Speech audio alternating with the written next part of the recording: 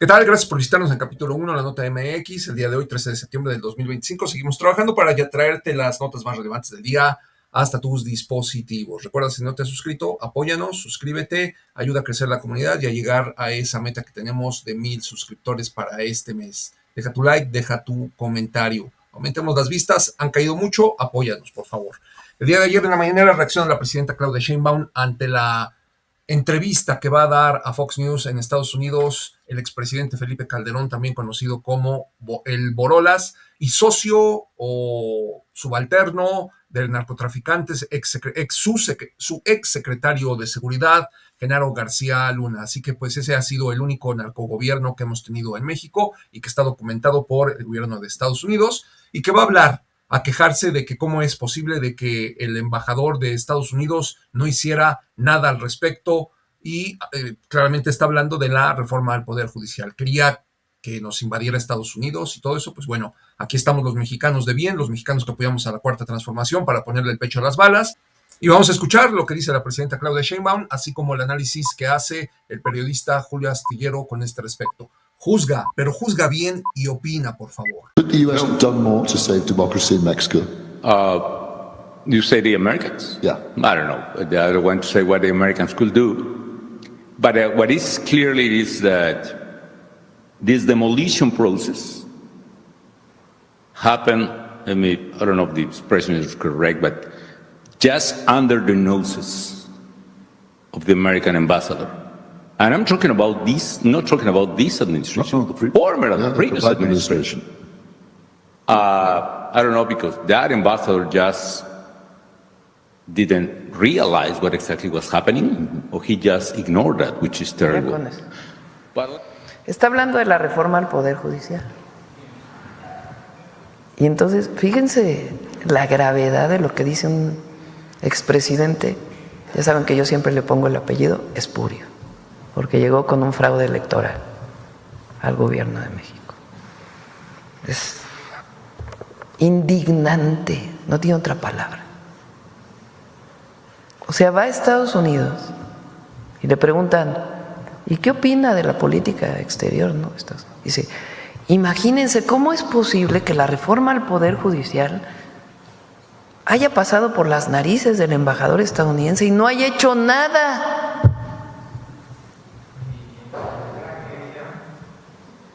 ¿Cuál es el peor momento de la historia de un embajador estadounidense interviniendo en México? El golpe de Estado a Madero, ¿no? Donde el embajador Wilson es el orquestador de ese golpe de Estado. Después viene un cambio en el gobierno de Estados Unidos y cambia la política. Pero Calderón, expresidente espurio de México, va a Estados Unidos a decirles que el embajador de Estados Unidos debería de haber intervenido en México para que no pasara la reforma al Poder Judicial. O sea, aparte de espurio, ¿cómo le ponemos? Entreguista, traidor a la patria, vendepatrias.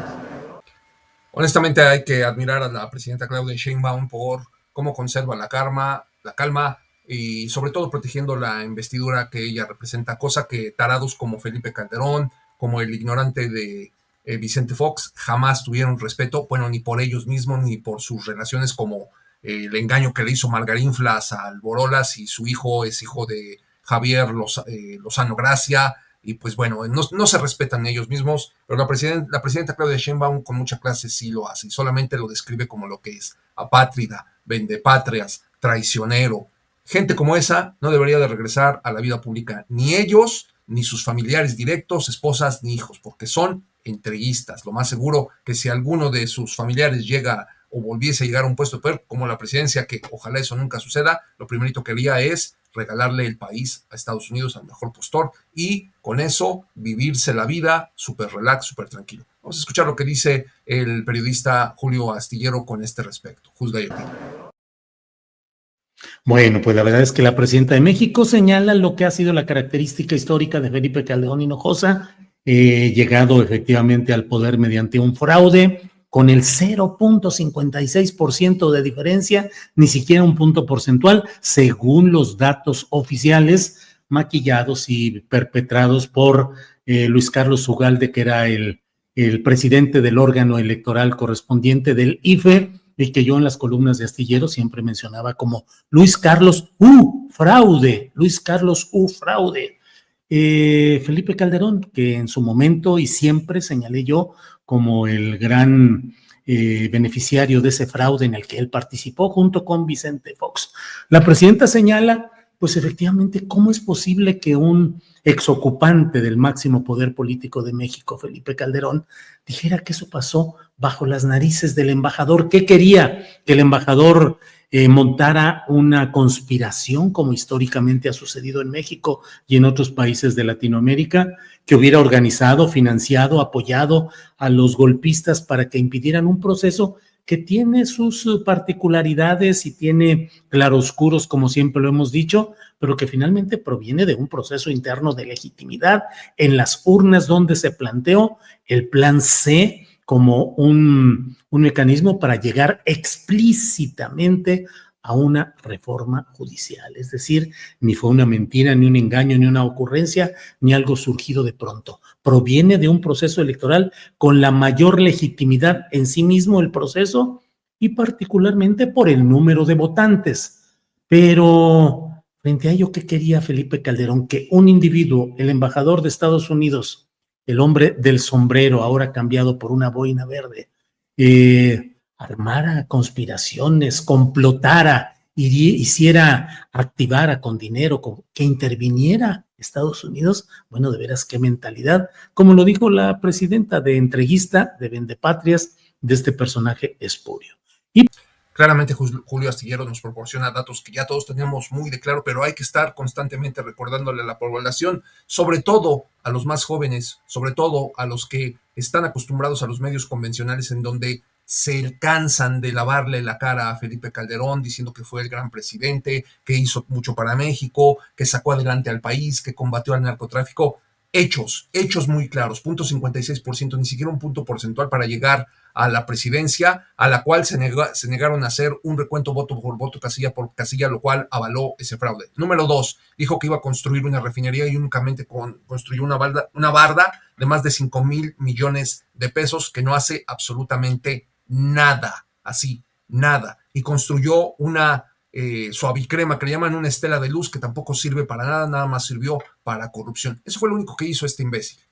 Felipe Calderón Hinojosa únicamente protegió, lo más resaltante que hizo fue proteger a un cártel de drogas, al cártel de su amigo, o no sé si era su patrón o su socio, Genaro García Luna. Pero hay más, porque la presidenta también habló de otro aspecto fundamental, muy, pero muy relevante de la historia de este tipejo Felipe Calderón. Juzga y opina. Y por otra parte, la propia presidenta hizo ver otros elementos que me parece que son interesantes. Dijo que en la época, habló de la deuda corrupta de Calderón y Peña. Vamos a escuchar lo que dijo, son 58 segundos. O sea, esa deuda irresponsable, corrupta, que adquirieron Calderón y Peña a través de Pemex, nos toca pagarla a nosotros en esta administración. Los vencimientos. ¿Podemos no pagar? No se puede no pagar. No se puede no pagar. Tenemos que pagarlo. Son deudas a los bancos, a fondos, etcétera. Entonces, ¿qué estamos haciendo? Si lo tuviera que pagar solito Pemex, la deuda saldría muy cara, porque los intereses con Pemex son muy caros por esa maldita deuda corrupta. Ponla, por favor. De Calderón y Peña. Así le vamos a llamar, la maldita deuda corrupta de Calderón y Peña en Pemex. Me parece muy bien que la presidenta ponga el acento en este tipo de cosas, que señale lo que ha sido toda esa serie de enjuagues, de trafiques, de tranzas, de corruptelas de parte de personajes como Felipe Calderón y desde luego Enrique Peña Nieto, que durante el sexenio anterior pues fue no solamente intocado, sino además muy bien tratado y su corriente política respetada, impune, absolutamente impune, pero además inserta en procesos de la 4T algunos de los personajes relacionados con el peñismo. Me parece absolutamente bien y creo que hace bien la presidenta en decir esa parte de la corrupción relacionada con Peña Nieto y con Felipe Calderón. Desde luego, es importante que esto cierre las puertas políticas a las corrientes y personajes relacionados con esos saqueadores de la riqueza nacional que nos han llevado a la situación terrible que propició además esa situación de hartazgo nacional contra la corrupción, la injusticia, el cinismo, la frivolidad del peñismo y la torpeza funeraria y la impericia política de un personaje menor de la política mexicana como es Felipe Calderón, y desde luego del alto vacío Vicente Fox, un personaje infumable, intrascendente, que solo se dedicó a enriquecerse él y su esposa Marta Sahagún y los familiares, hijos y familiares de ambos personajes. Entonces, yo creo que es correcto y también que se busque la manera de hacer un mínimo de justicia, que haya el mínimo de sanción a algunos de esos personajes, porque si no, nos convertimos en difusores de las vergüenzas, de las tranzas, de las raterías, de las corruptelas, pero como quedan impunes, eso termina siendo una especie de pedagogía social, en la cual pues se muestra que finalmente pues te puedes hartar, te puedes hinchar de dinero mal habido, y no pasa nada más que las críticas que van y vienen, pero no pasa de ahí. La maldita deuda corrupta de Felipe Calderón y de Enrique Peña Nieto. ¿Qué mejor adjetivo que ese? Y lo describe como tal la presidenta Claudia Sheinbaum.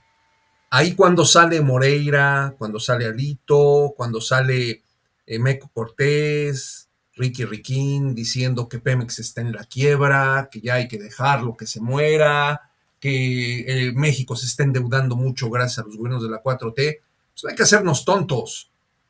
Esa deuda que dejaron y que tiene hundido a Pemex y al país, pero que aún se va a rescatar por parte de la Cuarta Transformación, fue gracias al PRI y al PAN.